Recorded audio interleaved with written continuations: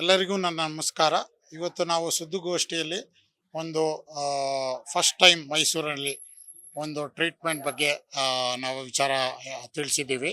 ಇದು ಟ್ರೀಟ್ಮೆಂಟ್ ಏನಂದರೆ, ಈ ಮೂತ್ರನಾಳದಲ್ಲಿ ನ್ಯಾರೋ ಆಗಿ ಸ್ಟ್ರಕ್ಚರ್ ಆಗಿರೋದಕ್ಕೆ ಅದು ಸ್ಟೆಮ್ ಸೆಲ್ ಇಂಜೆಕ್ಟ್ ಮಾಡಿ ಅದನ್ನು ಗುಣಪಡಿಸುವಂಥ ಒಂದು ವಿಧಾನವನ್ನು ನಾವು ಮಾಡಿದ್ದೀವಿ. ಇದ್ರದ್ದು ಅಡ್ವಾಂಟೇಜ್ ಏನಂದರೆ, ಇದು ಮಿನಿಮಲಿ ಇನ್ವೇಸಿವ್ ಸಿಸ್ಟೋಸ್ಕೋಪಿಯಿಂದ ಮಾಡಿ ಲೇಸರಲ್ಲಿ ಈ ಒಂದು ಸ್ಟ್ರಕ್ಚರ್ನ ನಾವು ಕಟ್ ಮಾಡಿ ಓಪನ್ ಮಾಡಿ ಅದಕ್ಕೆ ಸ್ಟೆಮ್ ಸೆಲ್ನ ಇಂಜೆಕ್ಟ್ ಮಾಡಿ ಆ ಒಂದು ಸ್ಟ್ರಕ್ಚರ್ನ ಸರಿಪಡಿಸಿದ್ದೀವಿ. ಇದ್ರದ್ದು ಅಡ್ವಾಂಟೇಜು ಏನಂದರೆ, ಮೇಜರ್ ಸರ್ಜರಿನ ಅವಾಯ್ಡ್ ಮಾಡಿ ಈ ಒಂದು ಎಂಡೋಸ್ಕೋಪಿ ಮುಖಾಂತರನೇ ಈ ಒಂದು ಸ್ಟೆಮ್ ಸೆಲ್ ಇಂಜೆಕ್ಟ್ ಮಾಡೋದ್ರಿಂದ ಈ ಒಂದು ಪ್ರಾಬ್ಲಮ್ಗೆ, ಈ ಒಂದು ಸ್ಟ್ರಕ್ಚರ್ ಯುರೆಥ್ರಾಗೆ ಪರಿಹಾರ ಸಿಗುತ್ತೆ. ಸೊ ಇದು ಮಾಡೋದ್ರಿಂದ ಟ್ರೀಟ್ಮೆಂಟನ್ನು ಪೇಷಂಟು 1 ಡೇ ಹಾಸ್ಪಿಟ್ಲಲ್ಲಿ ಇರಬೇಕಾಗತ್ತೆ, ಪ್ಲಸ್ಸು ಒಂದು 5 ದಿನದಲ್ಲಿ ಅವರು ಗುಣಮುಖರಾಗ್ತಾರೆ.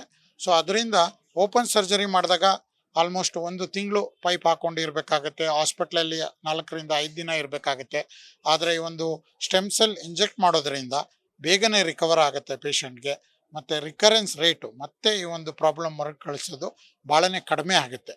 ಸೊ ಈ ಒಂದು ಟ್ರೀಟ್ಮೆಂಟು ಮಾಡೋದ್ರಿಂದ ಪೇಷಂಟ್ಗಳಿಗೆ ರಿಕವರಿ ಫಾಸ್ಟ್ ಆಗೋದ್ರಿಂದ, ಈ ಒಂದು ಸ್ಟೆಮ್ ಸೆಲ್ದು ಫಸ್ಟ್ ಟೈಮ್ ನಾವು ಮೈಸೂರಲ್ಲಿ ಮಾಡಿರೋದ್ರಿಂದ ಈ ಒಂದು ಟ್ರೀಟ್ಮೆಂಟನ್ನು ಎಲ್ರಿಗೂ ಅರಿವು ಮೂಡಿಸ್ಬೇಕು ಅನ್ನೋದು ನಮ್ಮ ಉದ್ದೇಶ.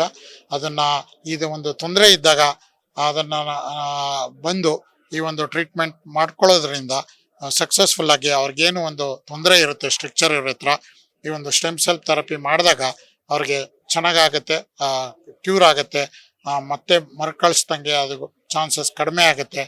ಸೊ ಫಾಸ್ಟಾಗಿ ರಿಕವರಿ ಆಗೋದ್ರಿಂದ ಈ ಒಂದು ಟ್ರೀಟ್ಮೆಂಟ್ ಫಸ್ಟ್ ಟೈಮ್ ಮಾಡಿ ಸಕ್ಸಸ್ಫುಲ್ಲಾಗಿ ಒಂದು ಪೇಷಂಟು ಅವರ ಒಂದು ಫೀಡ್ಬ್ಯಾಕ್ನು ತಗೊಂಡು ನಾವು ಇವತ್ತು ಸುದ್ದಿಗೋಷ್ಠಿಯಲ್ಲಿ ಈ ಒಂದು ವಿಚಾರವನ್ನು ತಿಳಿಸಿರ್ತೇವೆ. ನಮಸ್ಕಾರ.